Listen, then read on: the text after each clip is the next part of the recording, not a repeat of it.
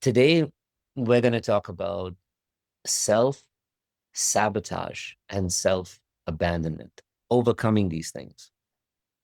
And what's so incredible is that the, the thing you may need today to overcome that feeling of self-brutality, meaning beating up on yourself, self-sabotage, self-abandonment, the pain that you may be going through is exactly the words that you've mentioned in the chat.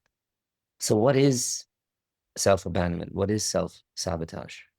What do those words mean, and why are we here today to discuss that? Where does it come from? What is the source? What do I really need? How am I attracting this in my life? This is what we're going to try and work on today. I, however, want to take you down a deeper road with this, which we're going to go on a little bit of a roller coaster here. For that, though, I want to start at the top. And you were absolutely right about the needs, but I want to simplify what self-abandonment is to all of you, which I've done to myself and it made it easier. That's why I'm offering it to you. Self-abandonment is simply not choosing myself. I want you to understand this definition. I'll tell you why. Self-abandonment is not choosing myself. It can be in a particular moment. It can be in a particular relationship.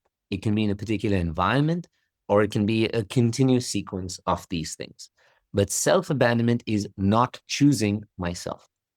Okay? Now, why is it that I'm not choosing myself?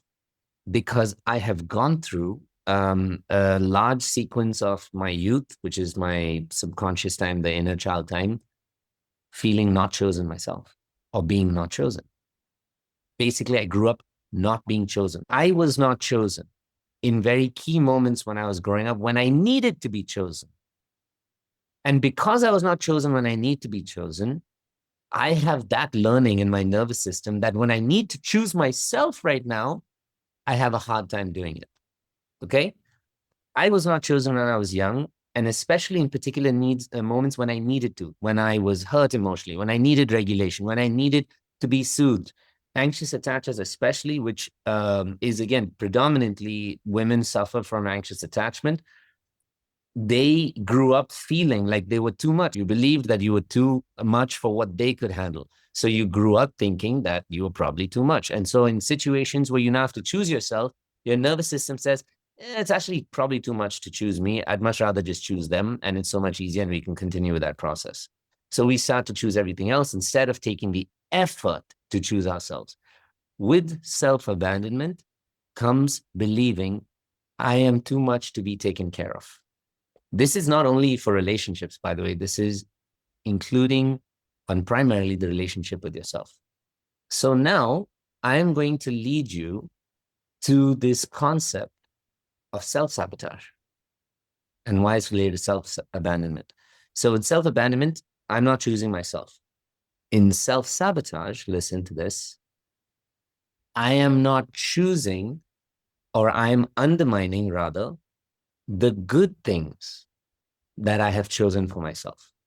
So in self-sabotage, what we're doing is we're undermining the good things that I should be or I have chosen for myself. So self-abandonment is I'm not choosing myself. In short, self-sabotage is I'm not choosing the things I should be choosing for myself. So when you're so used to, I'll give you an example. When you're so used to not choosing yourself, right? It's natural that your concept of self-belief is going to be lower, right? Your concept of self-worth, all of us, is going to be lower because we're so used to not being chosen that we don't choose ourselves. That when I'm facing a moment of choosing something that's good for me versus choosing something that will abandon me, which one is easier? Choosing something that'll abandon me, right? And that is sabotaging something that I have in my personal life. Think this can happen in a professional situation where you're in a work environment, but you continuously think that maybe, you're not, maybe you think that you're constantly going to disappoint your boss, or you're constantly going to disappoint the people around you and their expectations. So now you either overcompensate, and becoming a perfectionist, by the way, or trying to get into control is one of the most obvious but unconscious ways of self-sabotage. that you don't believe you deserve this great kind of love. You don't believe you deserve the safety and security at work. So now you either try and overcompensate. So you either try and do too much, you try to control, you try to micromanage, you try to do any of those things because you don't actually believe that someone's going to choose you and say that you deserve success. You don't actually believe that you're going to do well at this workplace. You don't actually believe that anybody really wants you in that particular moment. So little by little, your actions try and sabotage what you already have chosen in your life. I experience self-sabotage in my life through control. And in my relationship, for example, if my partner is so different from me, but I grew up with the conditioning, listen to this carefully. I grew up the conditioning that anything outside this box of perfection, high achievement, neatness, being like straightforward, hard work, etc., anything outside this box is a failure, right? If I grew up with this conditioning, and now my partner comes and lives outside this box, right? Then now I start to get continuously fearful that I'm going to be abandoned because I had to stay in this box to survive. So now I'm getting into this box outside, which means I'm going to be abandoned, which means I start to get fearful, which means I start to then control my partner, control the relationship, overcompensate, continuously remind myself that if anything comes out of this box, my life is going to get destroyed. So then I start micromanaging my relationship.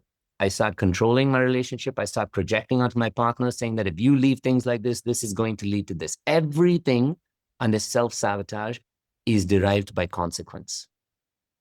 We try and validate it because the sad truth is my nervous system would much rather go back to self-abandonment because at least in that place where I'm either abandoned or alone or whatever else, I am comfortable with what I believe. But this possibility that I could really be loved, this possibility that everything could really work out for me, that everything could be smooth, that I could be at peace, that is fucking scary. And that's why self-sabotage helps us bring ourselves back to self-abandonment and then to other people abandoning us, which then proves to ourselves that, see, my formula was true. I need to continuously stay in this place to survive. A belief. The belief is self-abandonment. So self-sabotage is the action of not choosing what I should be choosing or not choosing something that's supportive of me or breaking down something good that I have chosen. It's the action, but it comes from the belief of self-abandonment. Because in relationships, someone else is going to bring their own life experience, which then seems to threaten or challenge your sense of this old version of peace, old version of order, old version of survival, so to speak. And in this place, your attachment to the fact that these things are the only ways I can stay at peace, love, joy, etc. It sabotages love. It breaks down your partner. It starts blaming them for things. It starts trying to control how they are, and you want them to live more like you do, just so you can feel at peace. And just so you can feel at that moment that you are loved. All of those are consequence. So because consequence exists so largely, right? I would much rather destroy what I have than let that consequence happen and make me feel abandoned and remind me of childhood wounds all over again. So consequence becomes the thing that triggers the need to sabotage. I want to give you, we're going to shift to make a new 30-day challenge. Whether you practice it or not, I know you know how to do it because you've all been and worked with me for a while. But I would like you to commit to that every day. That is one way you can support yourself. It's just 5 or 10 minutes of breath work in the morning or in the evening, just to regulate the nervous system. Follow it up with one kind affirmation to yourself. If you tend to control and that's the only thing that gives you a sense of like safety or validation, then you can say, I deserve to be safe, even in the chaos, in the mess. I deserve to be loved, no matter what my world looks like. And now the 30-day challenge is around one thing that you can do in your day or that you will have done in your day that either supports or makes you choose yourself. One way in which you either supported or in which you chose yourself. I would prefer in which you chose yourself rather than choose your um, coping mechanism or survival mechanism. So one way in which you chose yourself over choosing your survival mechanism.